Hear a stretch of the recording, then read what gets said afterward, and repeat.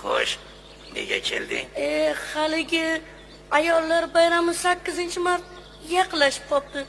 Shuni aytgani keluvdim. Xo'sh, indan keyinchi 8-mart bo'lsa nima bo'pti? Xotinlar jo'natishdi boyata. Sovg'a olishga qiynalmasinlar deb nima kerakligini aytib yuborishdi.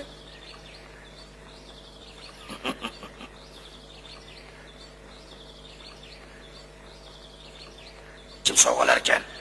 8-martga. Hamma erkaklar sovg'a olishi shart ekan. Ular ko'pchilik bo'lsa, qaysi biriga sovg'a olib beraman? Hisoblab chiqishdi. Hovlingizda 22 ta ayol bor ekan, hammasiga bittadan iPhone olib berar ekansiz, xo'jayin. Ey bola, o'ng'singga qarab gapir. iPhone necha pul turishini bilasanmi o'zi? Axir hammasiga sotka olib berganman-ku. Sotka modadan qopti. Nimaga modadan qolar ekan? O'ylab gapirasanmi? Bo'lmasa-chi, hali bog'chapalarga shampan, maktab o'qituvchilariga gul bilan kanika olib berish kerak. Unga yaramas. Nima deyapsan?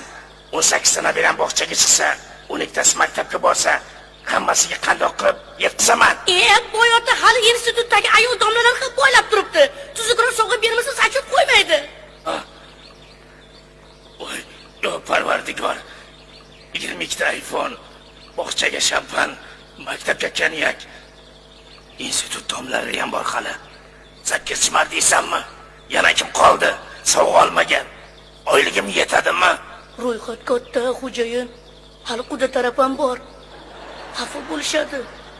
Pulchi, pul.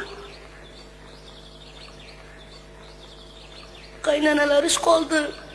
Qayni singillaringiz ham bor. Xolalaringiz ham bo'ylab turishibdi. Ammalaringiz ham umid qilib yotishibdi. Yig'lamang boyota. Bir kunlik 8-mart o'tadi ketadi. Turib padaringga la'nat shum qadam. Ey Xudo, bitta bayramga shuncha xarajatni bilganimda umuman uylanmasdim. Voy! Nima gap? 8-mart.